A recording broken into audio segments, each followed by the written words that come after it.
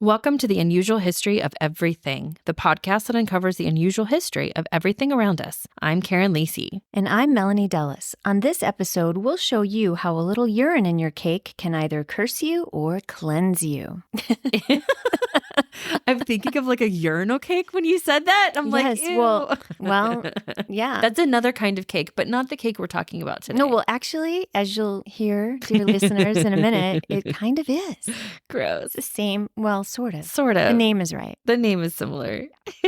Well, in the late 1600s, the fear of evil, the devil, and witches was as common as a healthy fear of God. Most people at this time were churchgoers who had no problem blaming evil, the devil, and or witches for any bad luck that befell a person or their animals or their crops, actually. Yeah. What isn't well known to us today is that some of those churchgoers still relied on folk magic to help God out. They didn't consider themselves to be witches, but still concocted some pretty unappealing things to lend God a hand during the battle for people's souls. One of the things people in Europe and in America used to do to thwart a witch's spells was to bake a witch cake. It sounds sort of good being a cake and all, but you know that having the word witch in its name means something has to be wrong with it, and there was something wrong with it. Despite the fact that this supernatural dessert was meant to be used against witches, its ingredients left something to be desired: rye meal, ashes, and the victim's urine. The victims were people who were suddenly afflicted with an illness no one could explain, which meant, of course, that they were either possessed or cursed by a witch, or likely both. And that meant someone needed to find out who the witch was and stop them. Enter witch hunters. No one knows for sure who created the witch cake or how the ingredients were chosen, but they've been documented since the 1620s, all in the hopes of revealing who the witch is and breaking their spell. Witch cakes are considered a type of sympathetic magic, meaning that an object that is symbolically associated with a person can be used to influence that person. So, if a person was thought to be cursed by a witch, then their urine could be used in a cake to break that curse. To do that, the urine cake, which is actually what these cakes were originally called, is fed to a dog, which breaks the connection between the witch and the victim. But magic is magic, and the idea that witch hunters and churchgoers were okay with using witch cake magic, but not okay with witches using magic, is kind of funny. It's a little.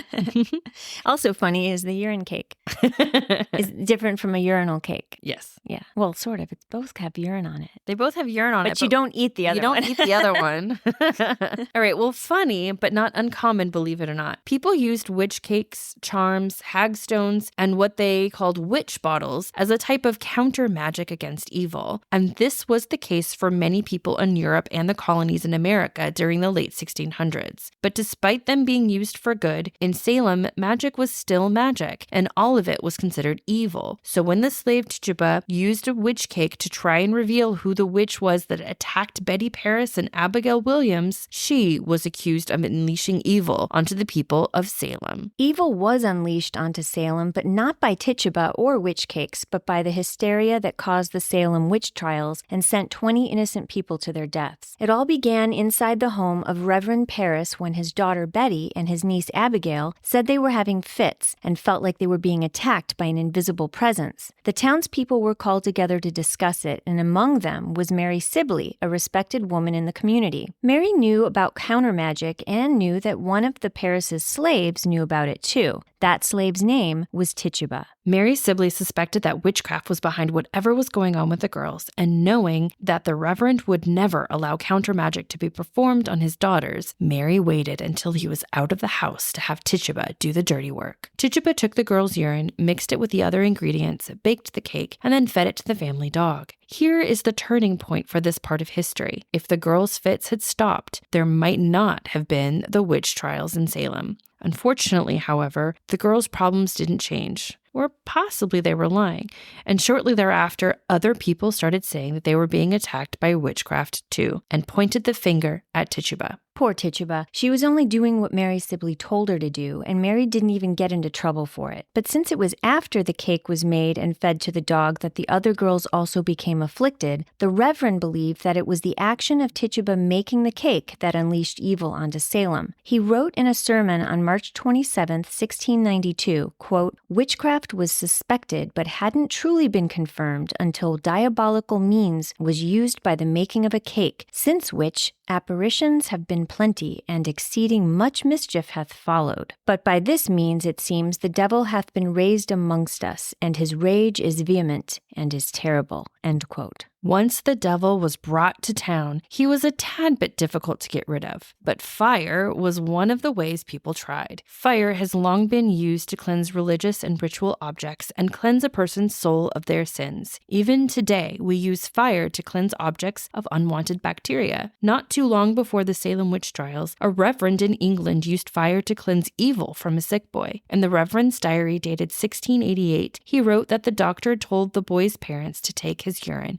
bake it into a cake along with wheat meal and some of his hair, and burn it in the fire. Only then would medicine work for the boy. But the reasons for using fire varied depending on what culture or folklore you're reading about. For example, fire has also been used to hurt a witch, but not in the burning at the stake way. Rather, if, like the Reverend suggested in 1688, you burn the cake, it would cause the witch to writhe in pain, and if she was in the room or nearby, people would hear her or see her and know who the witch was. There is also a lot of folklore that talks about witch cakes being fed to the dog, and the poor dog taking on whatever was afflicting the human victim. And even some historical records that say witches, not witch hunters, were the ones using witch cakes. In those cases, the witches would hide the cakes inside their victims' homes in order to curse them with bad luck and illness.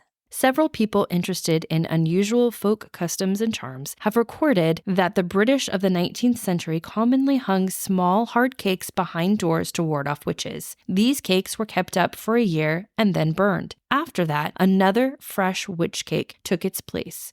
They're about the size of a bagel and similar in shape with a hole in the middle, and they have many spikes sticking out of them. No one knows why witches' cakes look like this, and we're not even sure that all witches' cakes looked like this, as there is no record of their description. Our description comes from the only 2 witch cakes that were ever found. Yes, and the reason why they both look the same is either because this is how all witch cakes looked, or because they were both found in the same time period about 3 miles from each other. Both were found in the early 1900s, one in Flamborough and the other in Bempton, 2 towns in Yorkshire, England. If you're interested in checking them out, you can see one witch cake at the Pitt Rivers Museum and the other at the Scarborough Museum's Trust. Well, that brings us to the end of our episode. You can follow the Unusual History of Everything podcast on Instagram at the Unusual History of Everything and on Facebook at the Unusual History of Everything podcast. Find our show notes on www.musecuratorial.com. The Unusual History of Everything is written, produced, and directed by Melanie Dellis and Karen Lacey. New episodes air every Tuesday on all podcast outlets. Be sure to subscribe to us so you never miss an episode and leave us a review. You can also see photos from our episodes and more on our website, Instagram, and Facebook. Thanks for listening. I'm Melanie Dellis. And I'm Karen Lacey, your host for the Unusual History of Everything.